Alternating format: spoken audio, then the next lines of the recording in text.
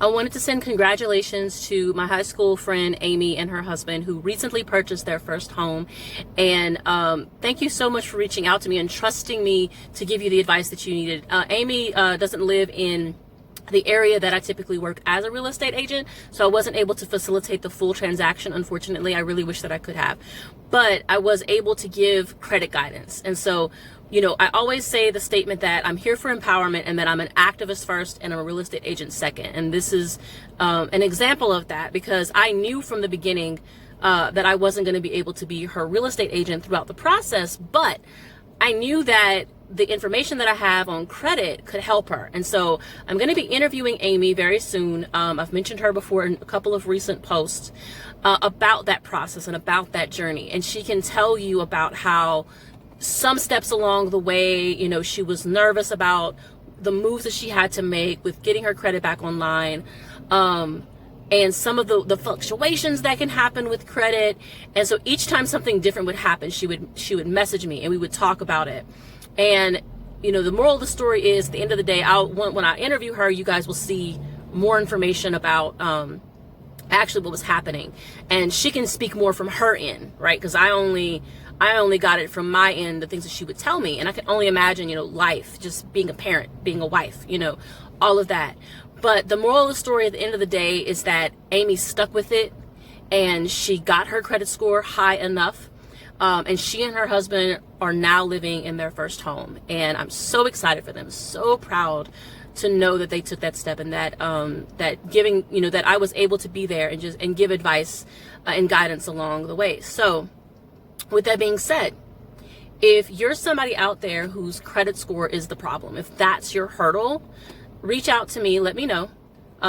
You know, I'll give you some guidance, give you some tips. I have an article that I put together that simplifies the credit repair process. It is totally free. If I send you the article and you do the steps, there's absolutely no charge, because I'm not really doing anything except sharing my article with you, right? And I don't mind giving occasional guidance and advice. It doesn't take much of my time to just answer a question. But the article is pretty thorough. I think most people that I've shared it with, they usually just give me updates. They're like, oh God, like I got to step 3 and this is what's going on. I got to step 6. And usually the process takes between 6 to 9 months most of the time. Occasionally it has taken people up to 12 months, so up to a full year. But the thing to remember is that even though it's not going to happen immediate, right? You know, sometimes we get so accustomed to things being quick, fast, right now. Remember this, that even though it's not an immediate change, you're going to be here in 6 months, right? God willing. We all hope that everyone is still here in 6 months. You're going to be here in a year. You know, do you want to be in the same situation that you're in now, credit-wise? Or do you want to take some actions and see some change? That's the question that you have to ask yourself. And I think that goes with like anything that you want to improve in life. Do you want to take actions to make things change? And change is always uncomfortable. Let's be honest. There's anxiety when you make changes because it's not what you're used to. It's not what you're comfortable with. So be prepared for that. Prepare yourself mentally. I'm making these changes. I'm going to be nervous.